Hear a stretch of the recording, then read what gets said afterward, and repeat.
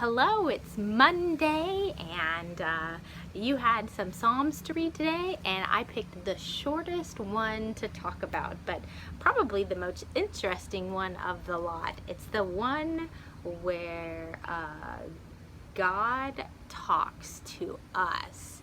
And it's a pretty interesting psalm, and in the writing I talked about when I was a teenager and nobody could tell me what to do, and I think that's pretty much typical of all teenagers, independent teenagers. That's what they're like, young people, and that's kind of how humanity is, though, as well. I think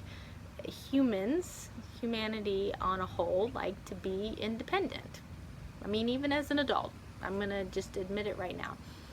I like to be independent, and I like to do things my own way. I'll do things another person's way, but I really like it when things turn out and I can do it my own way.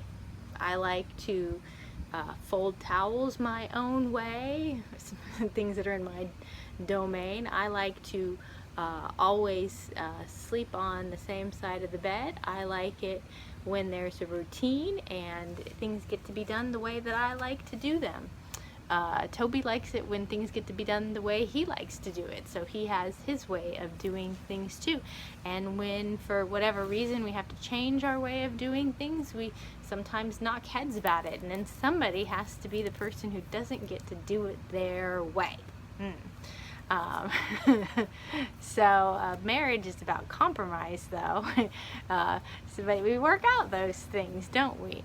But humans on a whole like to do things their own way. But God kind of has a way that God wants us to do things, and it's the best way for us to do things. It's the way that we're supposed to do things, and it's the way that's going to cause us the least amount of headaches. But like I said, we like to do things our own way, and if you read the Bible from the very beginning, we've been hard-headed and want to do things our own way. God says do it this way. We say, but what if we try it this way?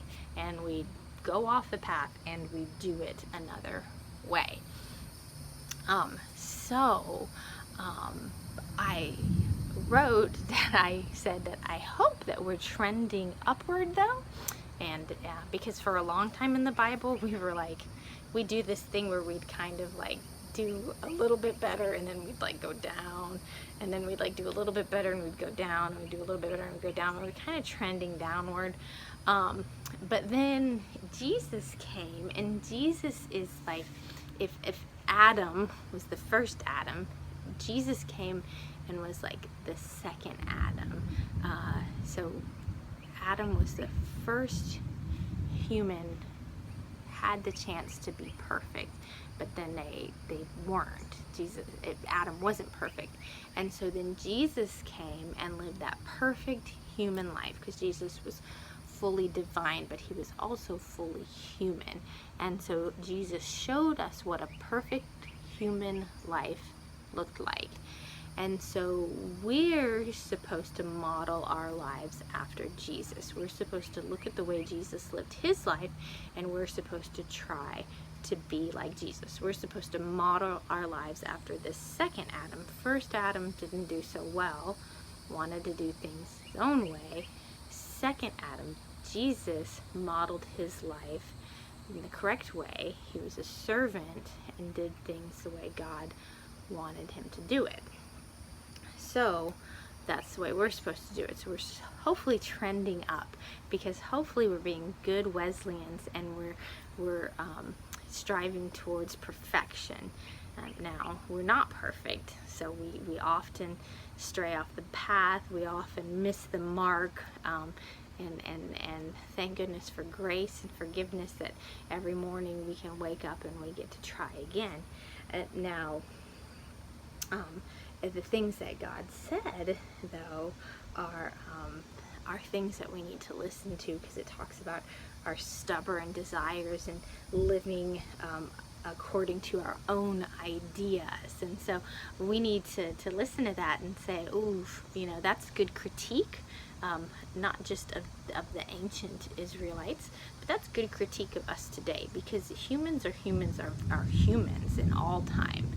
And so one of the activities, or it was the activity, no, it was one of the questions, was to sit down and to look at what God said in the Psalm, and to say, what would it mean if God said that to me, and where can I work on maybe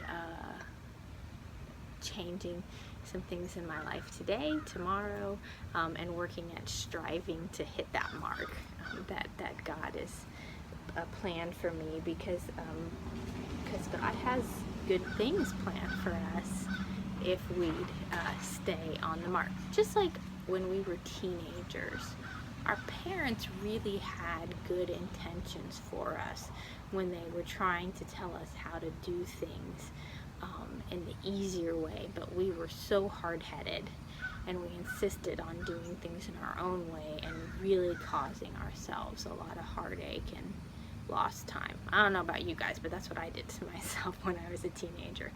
So thank you for listening. I will see you all next time. Bye-bye.